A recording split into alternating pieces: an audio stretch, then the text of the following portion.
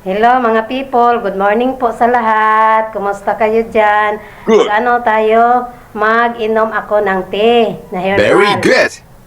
I-share ko sa inyo ang ininom ko na tea na herbal. Thank you. Ako si strongest sa harap ng kamera. May ngiti kahit may kirot sa mata. Maghahalo ang kwento, saya't problema. Buhay ko'y Ito po ang dahon ng bayabas. What? At saka ito ay guayabano. Okay. Ang mga dahon na ito, ilagay ko sa pitsil at magpakulo ako ng tubig. Pag makulo na, ibuhos ko sa pitsil. Okay. Hugasan ito ng mabuti bago ito gamitin. Very good. Pag makakuha kayo ng bulak ng guayabano, What? may bisa din ito. Ilagay ito sa kettle and then pakuluin ng 3 to 5 minutes. Yes. Pagkatapos makulo na, may dahon, itong dahon ng guava at saka guayabano, nandiyan na sa loob ng pitsil, ibuhos itong pinakuluan na bulak ng guayabano. Okay. Ito ang tea ko sa umaga bago ako kumain ng agahan. Lakbay at kwentuhan sa bawat tahanan. May payo, may hugot, may simpleng aliw para sa pusong pagod at nananahimik.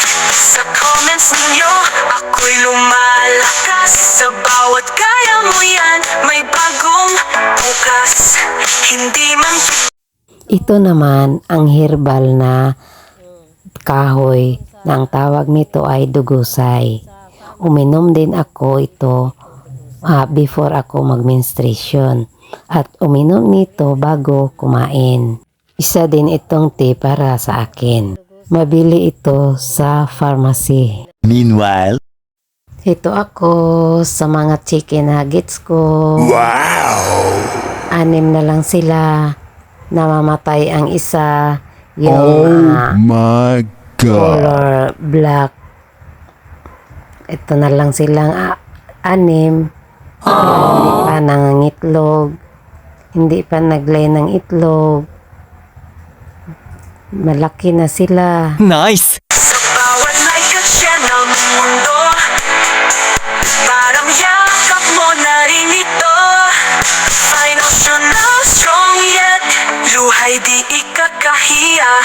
Strong yet, ako'y Kain kayo upang malusog kayo, malakas, madali kayong malaki, maglay kayong itlog at maraming mga piso. Yes! Magpakarami kayo. malungkot. Pag-asa'y taglay, taglay.